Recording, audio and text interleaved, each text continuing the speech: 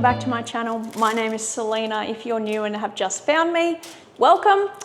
Today I've just taken a lasagna out of the freezer. That's for dinner tonight because today I need to get a heap of slices made.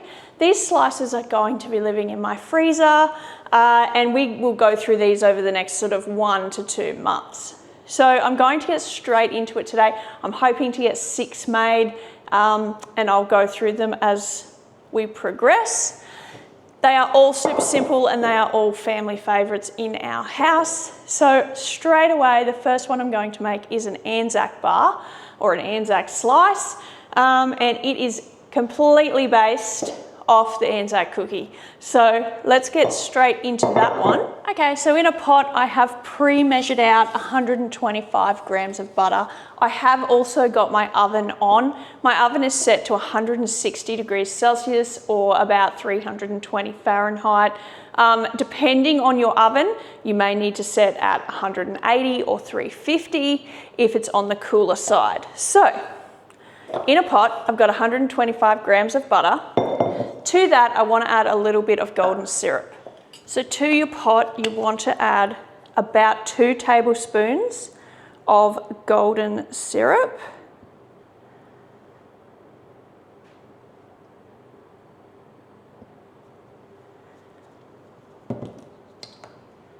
And I am going to make sure I get every last bit of my golden syrup out of here.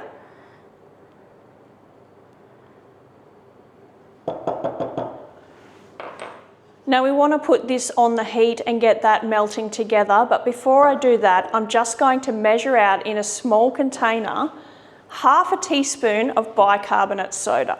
Bicarbonate soda is not the same as baking powder. This is a different product and this is the one you need to use for this. So just in a small container, half a teaspoon of bicarb soda, and we want to add to that about 2 tablespoons of water.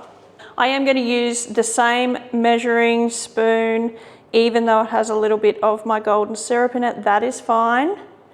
You just want to add your 2 tablespoons to your bicarb soda and let that dissolve for a minute while we heat this up on the stove. All right, we're going to heat that on the stove. We want our butter and our golden syrup melted together nicely, but just melted together. We're not going to caramelize this anymore or anything like that.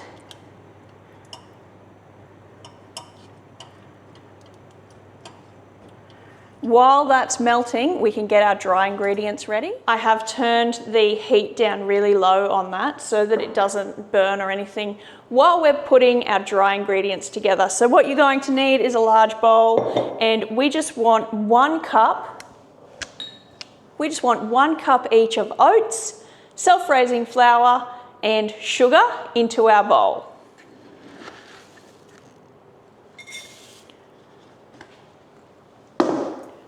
One cup of oats, 1 cup of sugar. You can use whatever sugar you like, and you can even substitute things like coconut sugar and stuff like that if it's something you're wanting to do.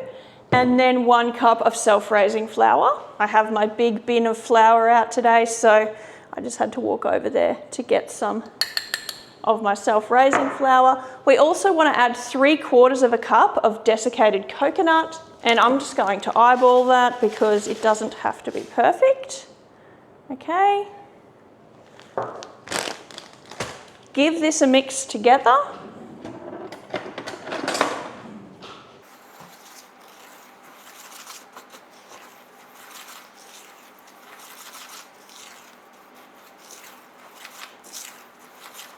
All right, perfect.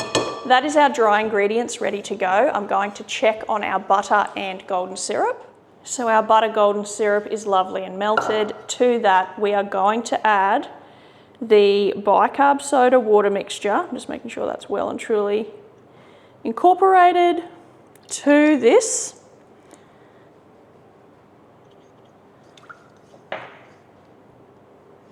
So that should have foamed up. I've never had this happen before where my bicarb soda hitting my hot butter and golden syrup hasn't foamed up. So I'm thinking my bicarbonate soda must be old, even though the packet is not. So you are hoping for a bit of foaming going on in your mixture. As you can see, mine hasn't foamed at all. So these bars are probably not going to be exactly how I want them to be. I may be contacting Woolworths because that's brand new bicarb soda from Woolworths. That's something to keep in mind. If things don't react the way they're supposed to, it may be an ingredient problem. That will definitely be an ingredient problem. I've made these bars many, many times. I'm going to proceed anyway, simply because I'm not going to waste money on butter at this point in time. If these bars are not perfect, they're not perfect. That's just what it is. In your bowl, with your dry ingredients, you just want to add the wet ingredients.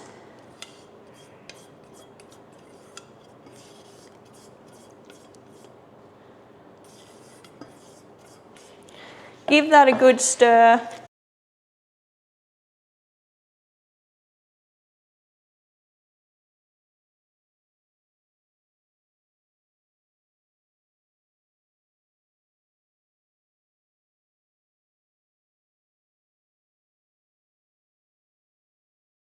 If you find your ingredients are a little too dry, you can add a tablespoon of hot water.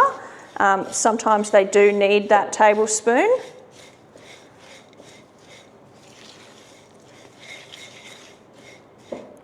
You want to be able to press down like that. It needs to hold itself when you press on it. Because we don't have egg in here, we are counting on the other ingredients to bind together, all right? But otherwise, that is Anzac biscuit dough. And what we're going to do is in a lined slice tin, and I will leave the measurements in the description box below so that you know how large this particular slice tin is that I'm using. You just want to put all of this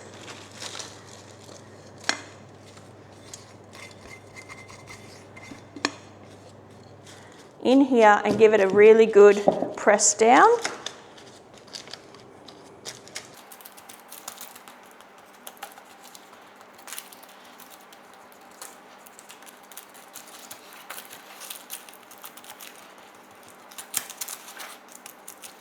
My first two slices are going to be baked at the same time. So I'm just going to set this one aside. It is ready to go into the oven now.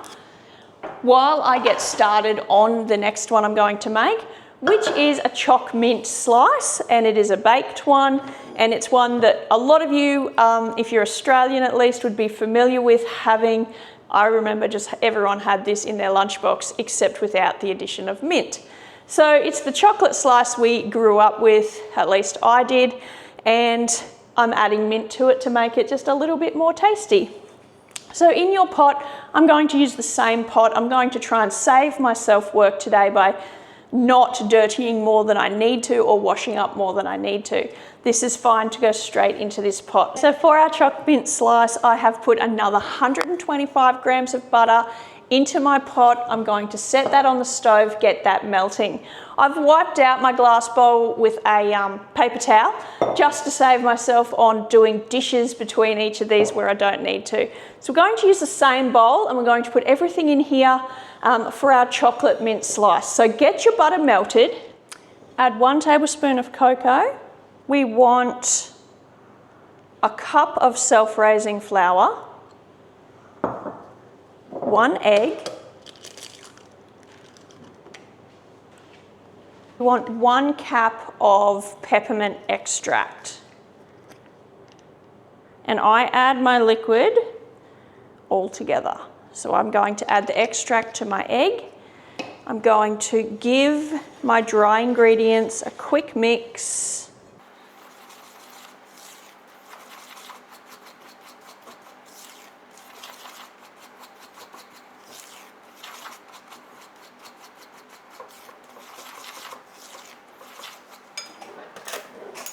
Give your egg a little beat.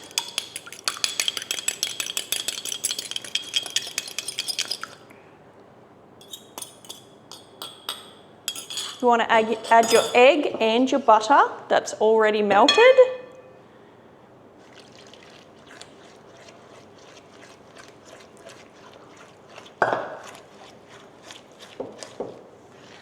You want to mix these together quickly. We don't want any heat from the melted butter to start cooking our egg. You can allow your butter to cool a bit if you're worried about that happening as well.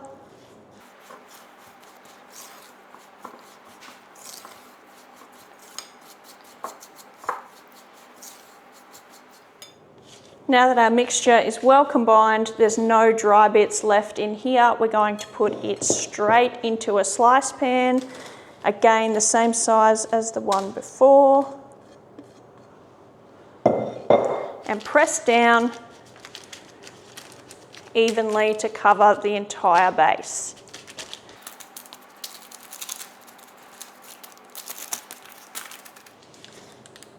Just like that.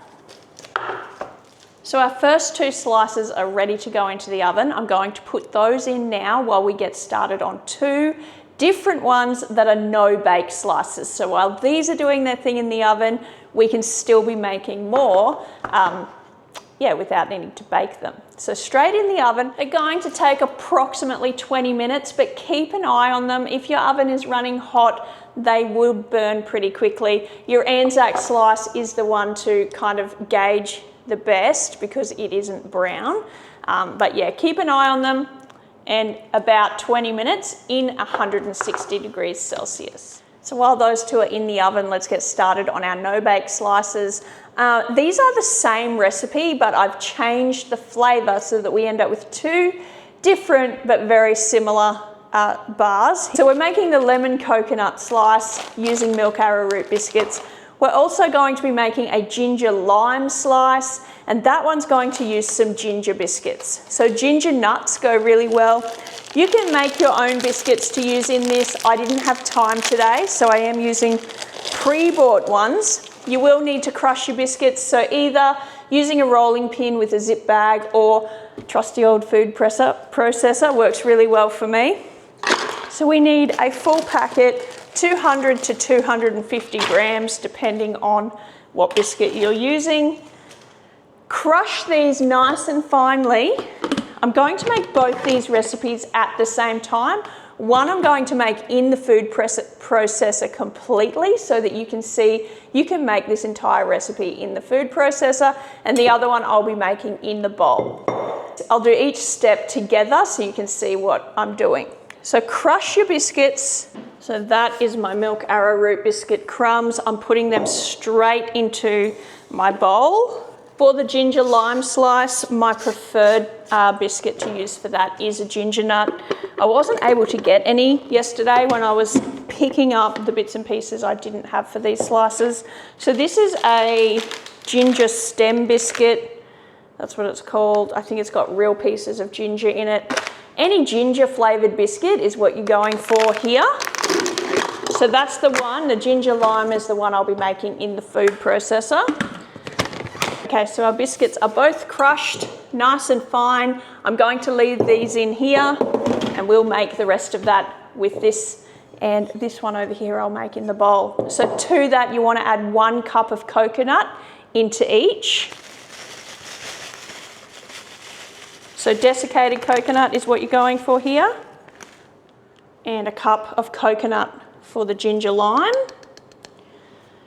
You're going to need the zest of a whole lemon for your lemon coconut, and the zest of a lime, maybe 2 limes for your ginger lime. If you wanted to use some of your dehydrated skins that I made with you quite a while ago now, that would work as well. And you want about a teaspoon of powdered zest if that's what you're choosing to use, which is totally doable. You don't have to have fresh lemons and fresh limes for this recipe.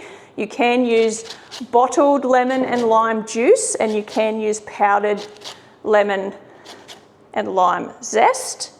But my tree is giving me some pretty good fruit right now, so I am going to be able to do these recipes using that. So there's a lemon zest in there. And into my container over here, if you like it really limey, you can add 2. If you have nice large limes like I do, one will be enough of the zest at least. We don't want to take away too much of the ginger flavour. We want to taste both ginger and lime in this recipe.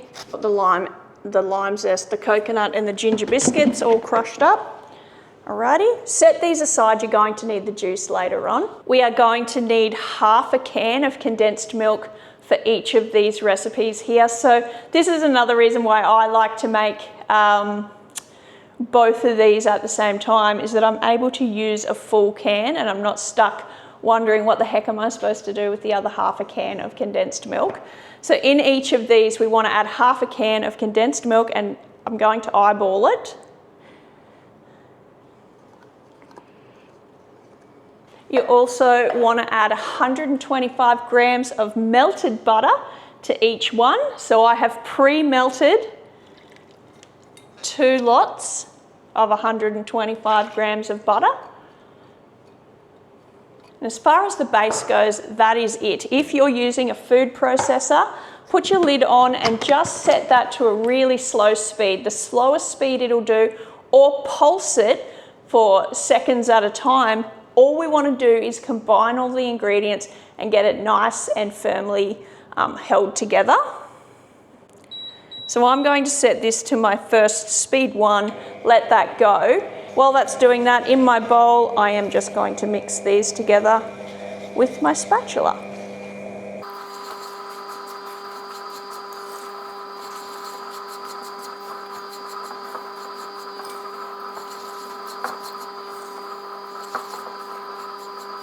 Again, we want things to be holding together when we press on them. That's the best way to gauge if things are moist enough.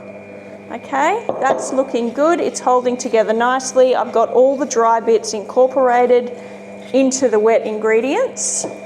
I'm going to check this one here, and it's looking a little wetter. It's looking a little wetter than the lemon slice, and the reason that will be is because the weight of my ginger nut biscuits wasn't quite the amount that it needed to be. So that's okay. This one is going to just be more moist. If you're worried and you want to add a little bit more to it to make it a little drier, you can add up to another half a cup of coconut if you don't have any more biscuits.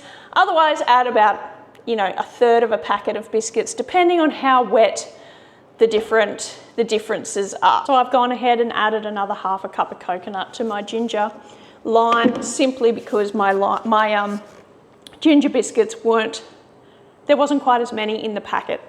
So it's a little more coconutty now, but it's still going to turn out perfectly fine. I've just checked on the slices that I've got in the oven and they are almost done. So by the time I finish getting these pushed into their containers, we should be good to pull those out. What I'm doing is I'm using the container that I'll be storing these in, simply because my 2 slice containers are in the oven. If you weren't making anything else today and you just wanted to make this, you don't need to line your container that you're serving it in. You can use a slice tin if you prefer. I like to do it this way, where I've got my plastic container and I'm still putting baking paper in it. I like to be able to remove the whole slice all at once. Okay, so 1 of those per container. And simply, again, put all the mixture into the container and give it a good press. Nice and firm into all the corners.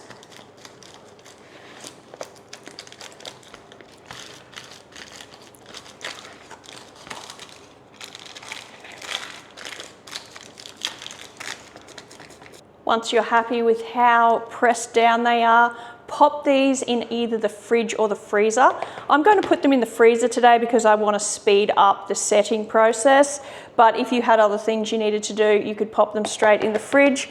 We're going to put an icing on top of each one, and we want to make sure the base is nice and firm before we do that. So straight into the fridge or freezer. So our Anzac slice is straight out of the oven. That is looking really good. We're going to drizzle some chocolate on top of this one, and we're going to make a chocolate icing to go on the choc mint one. We need to get that done now because you actually want to be putting those on while they're warm, not straight out of the oven hot. We have got a few minutes to let these cool down slightly and get the choc mint slice base out of the oven, but we do need to get those two icing, well, the icing and the melted chocolate happening so that we can finish these off before we get on to the next two. So for the icing to go on our choc mint slice, what I've got here is 160 grams of icing sugar. You can use either pure icing sugar or icing mixture, it really doesn't matter. They're both interchangeable in this instance. You want a tablespoon and a half of cocoa. We are going to want a small knob of butter, so around about a teaspoon of soft butter. We want around a tablespoon of hot water. You can add up to 2 tablespoons depending on how dry the icing is, and we want about a capful of mint essence, peppermint essence.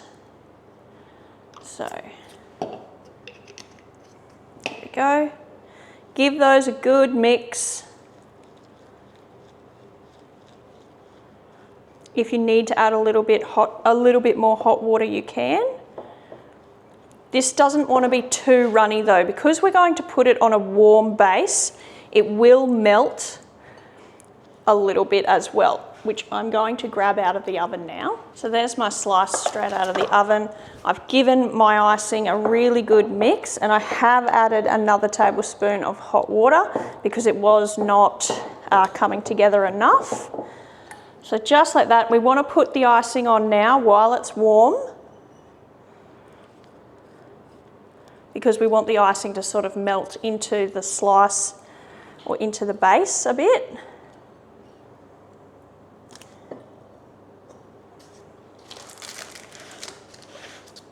And you can see it's going glossy over here. That's because it is melting into the base and it'll be lovely and shiny.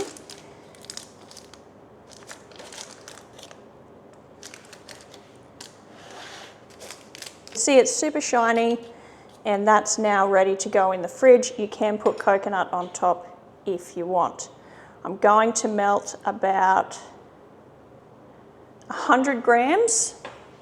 I'm going to melt about 100 grams of chocolate, milk chocolate, and I'm just going to drizzle that on top of our Anzac slice. So I've got some melted chocolate here, and we are just going to pour that.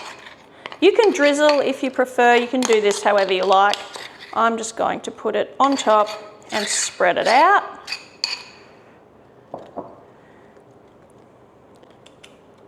Because my Anzac slice is still nice and warm as well, it's going to help me with the melting of the chocolate for any bits that I've missed. And again, if you wanted to decorate this with something, you could put some oats on top, some coconut on top. On any of these slices, it will work well. So there's the Anzac slice topped with melted chocolate. So before we move on to the last 2 slices that I want to get done today, I'm going to make the icing that needs to go onto our ginger lime slice and our lemon coconut slice. Again, exactly the same ingredients with a slight variation. So I've already measured out 180 grams of icing sugar into each of these bowls. I want to add a heaped teaspoon or thereabouts of soft butter again, and then you just want to add the juice of your lemon and the juice of your lime to each one of these. We may need more than one, and you may need to add, and you can use bottled juice as well for this. So this one will be my lemon one. If you lose seeds in there, you need to fish them out. So it's probably easier to do this over a colander than the way I'm doing it here today, because I'm going to have to fish out seeds. If you're using bottled juice and not fresh juice, add about 1/4 to 1/3 of a cup of the juice until you get the right consistency, which I'll show you here today.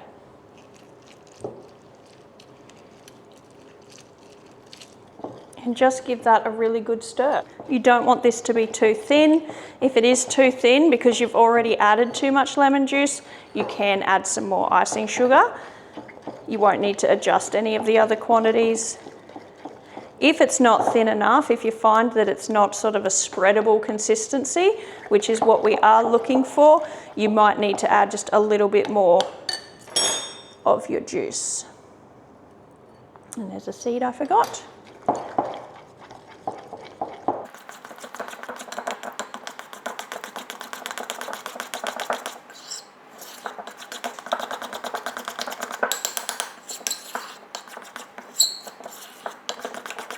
They are ready to go onto their bases now, and I'll just double check that they have set firm enough, because it would be great to get these finished before we move on to the next two. Bases are lovely and firm. Okay, that's how we want them to be. So make sure you put the right icing on each one.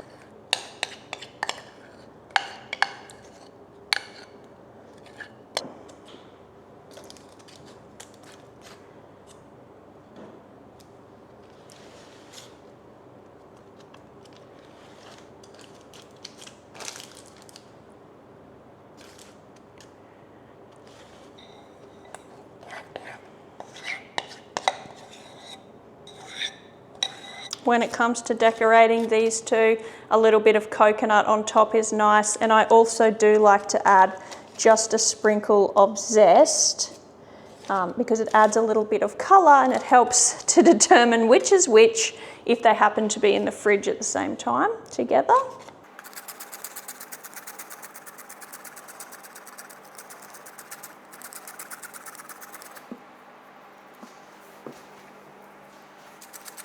This one's getting a little bit of lime in there as well, but that's okay. It's got the yellow, I know that it's lemon. And just a little bit of coconut on top, a couple of tablespoons worth.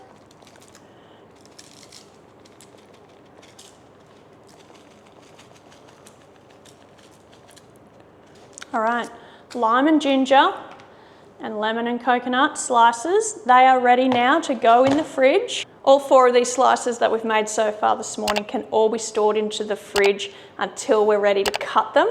They are completely freezer safe too. So if you wanted to do what I'm doing today, make a big batch of different slices, you can wrap them well in Glad wrap or store them in these airtight containers in your freezer. They need about 24 hours to defrost in your fridge, and then they'll taste just as fresh as the day you made them. So these are ready to all go into my fridge. There they are, all there. And then I'm going to clean up a little bit and we'll move on to the next two slices we're going to make today. Okay, so the next slice we're going to make is a coconut and jam slice. This one goes in the oven and it's really delicious with raspberry or strawberry jam.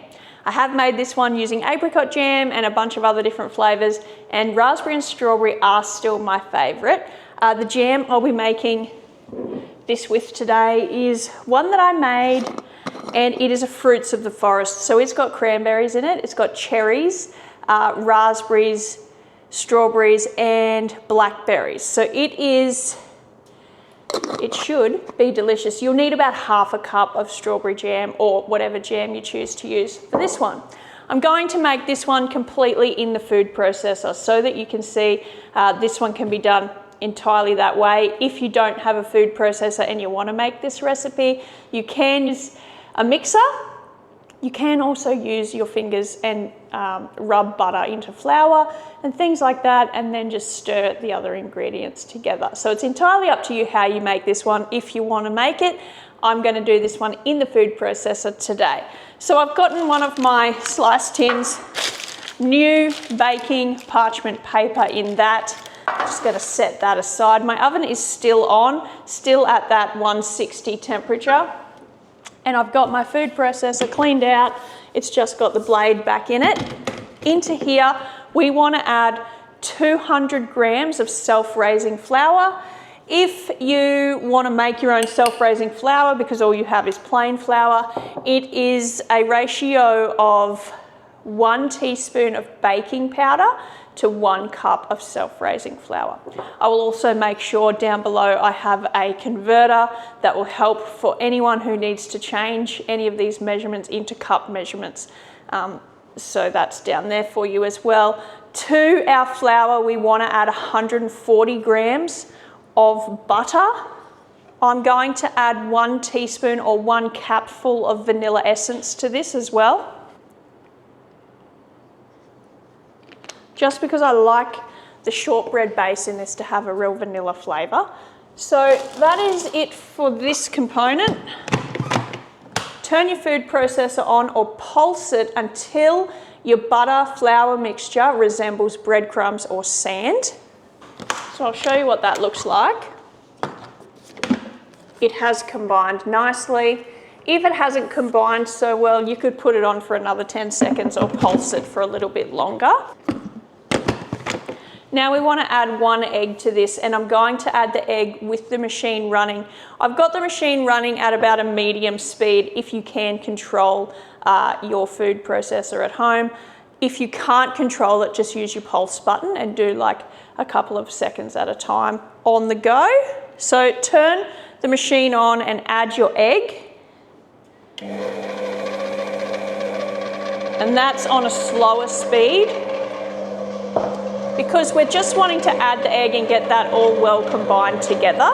Okay, so I have gone ahead and added 1/3 cup of sugar as well to my mixture. I should have added that at the beginning with the flour, but I just skipped that step by accident. So I have added it even though my egg is in there. So I've got butter, flour, sugar, egg, and a little bit of vanilla in here. These are well combined now. So we're ready to press these out onto our baking tray. Okay.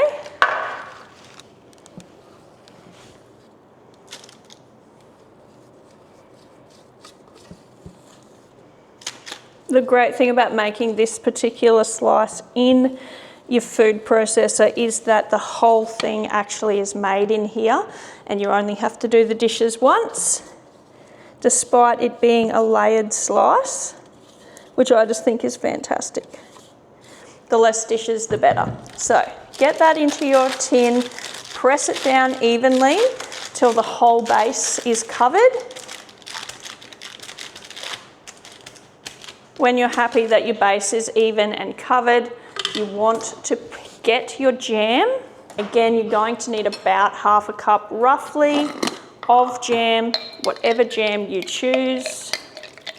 I'm going to give it a bit of a mix in the pot just to try and make it a little easier to spread.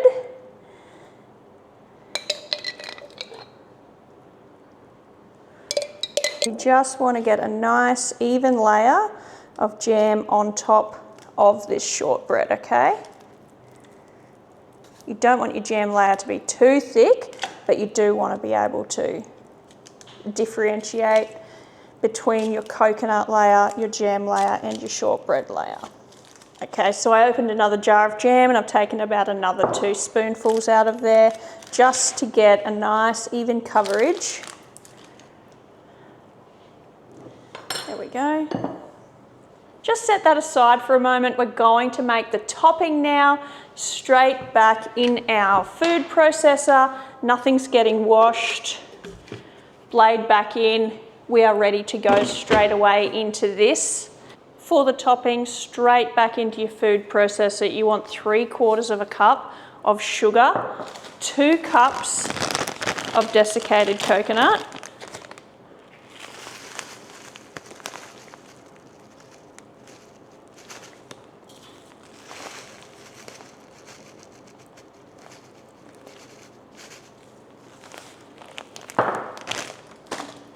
capful of vanilla, or around about a teaspoon of vanilla, and 2 whole eggs.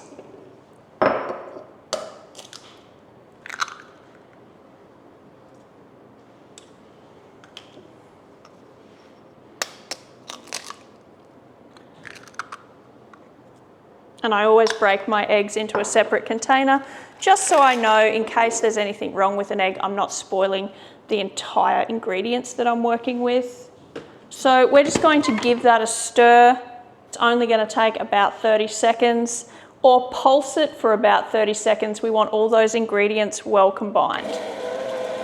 If your ingredients haven't combined perfectly, because we are working with a food processor, just give it a scrape down the sides and let your machine pulse again, on and off for about 30 more seconds. Just get everything well combined at this point.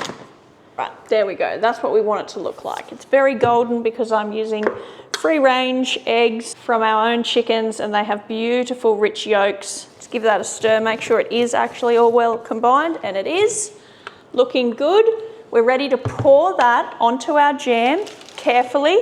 We don't want to mix the jam into the coconut mixture. We want this to create a third layer. And the final slice that I'm making today is a salted caramel chocolate slice. This one is very rich but very decadent and very much a family favorite. Goes really nice as dessert, okay? So this one we're going to put together the base and get it cooking with our coconut and jam slice. They will go together at the same time. So in a bowl, we want to add 125 grams of self-raising flour. We want 90 grams or 1 cup roughly of coconut, 125 grams of sugar. So we want to give that just a stir, get those ingredients combined. And then we want to add 125 grams of melted butter, which I have here.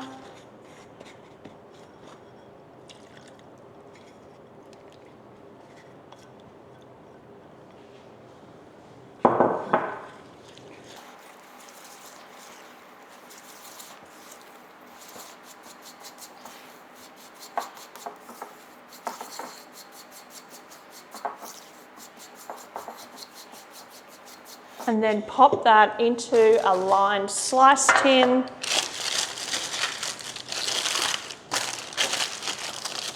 Again, lined with parchment or baking paper.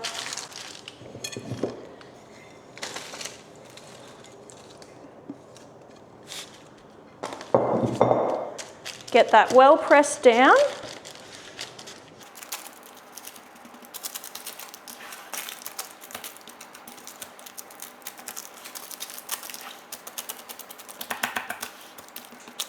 So we want to put this one into the oven. It's going to take anywhere from 10 to 20 minutes.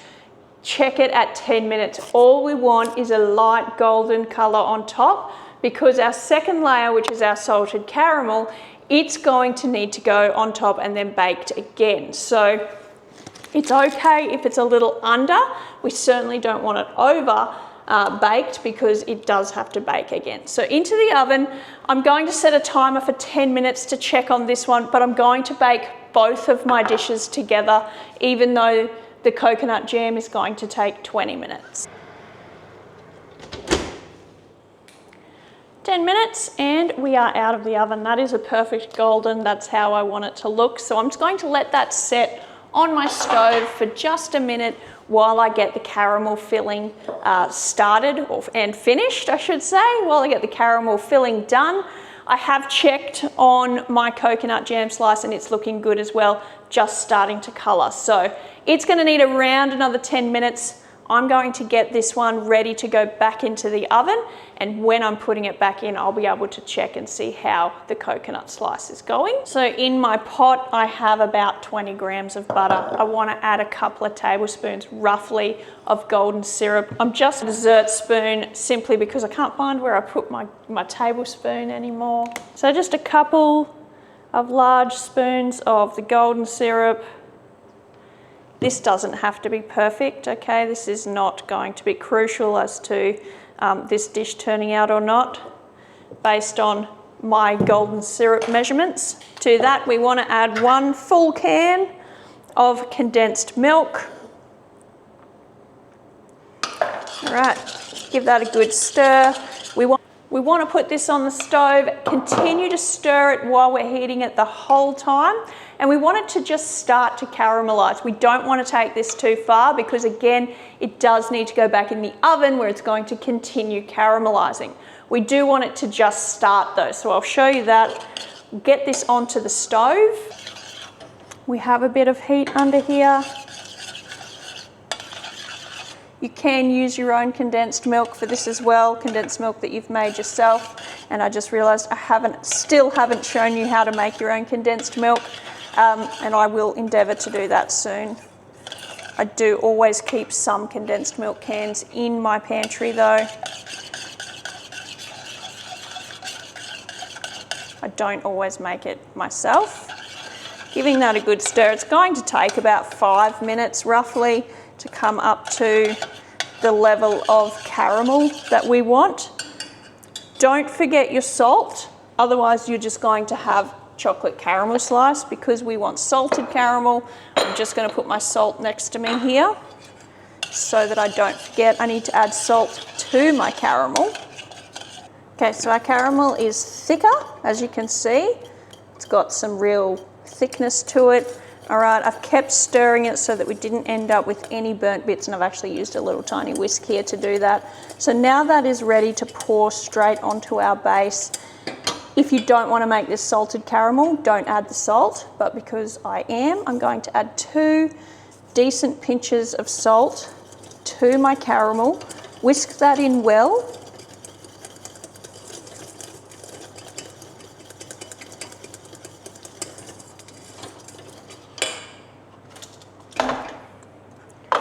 And then simply pour your caramel over your base.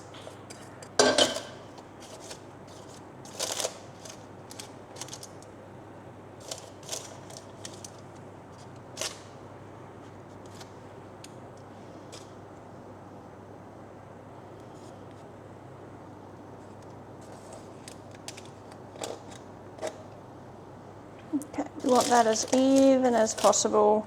Pop that back into the oven. So we want to bake this for about another 10 minutes in the oven.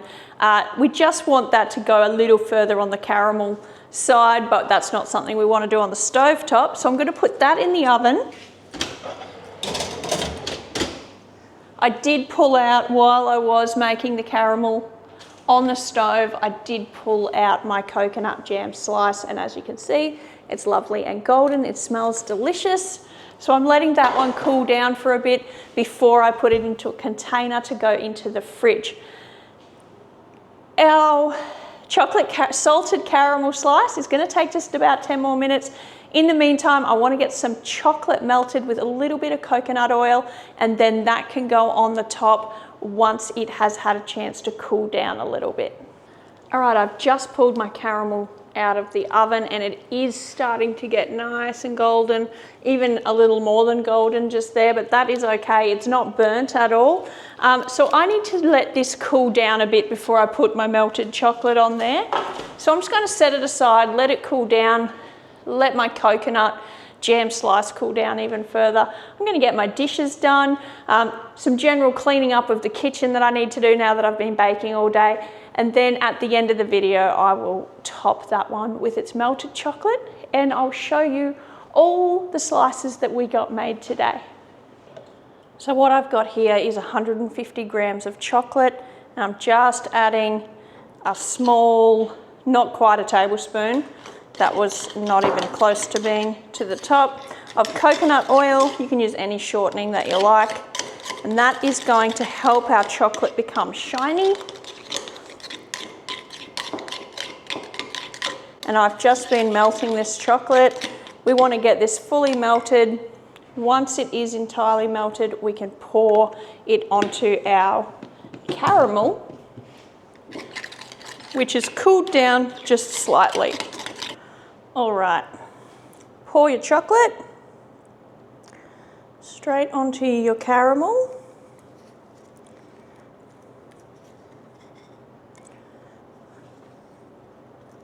And we just gently want to spread this out, covering the entire surface.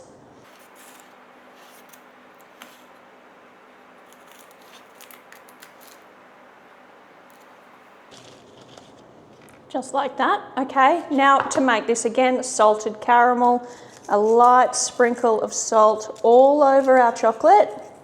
If you're not wanting to make salted caramel, you can just make this and leave all of the salt out. So just get all of it covered in a light dusting of salt. Don't worry about those little bits of burnt caramel there, they won't be a problem. All done. That needs to go into the fridge until it is nice and set. So thank you for spending time with me today. I hope you enjoyed this video, and if you want to give any of these recipes a try, I'll make sure they are down below in the description box for you. This is going to come in super handy for me over the next few weeks because our morning tea situation will now be sorted, or at least the dessert part of it. And because I have a lot of work to get done in our garden, this is going to save me a lot of effort and a lot of time getting things like lunches made. Another thing, every single one of these is multipliable, so if you wanted to make these and you wanted to double a recipe or something like that, every one of them works well to double, etc. And they are all freezer safe. Just make sure you wrap them really well. And yeah, so thank you for watching the video, and I'll catch you next time. Bye. Running back through what we've made today, we have our coconut jam slice. That one is layered. We have our salted caramel slice, another one that's layered. We have our lime and ginger slice. That one there is our choc mint slice. We have our lemon coconut. And finally, our Anzac slice topped with melted chocolate.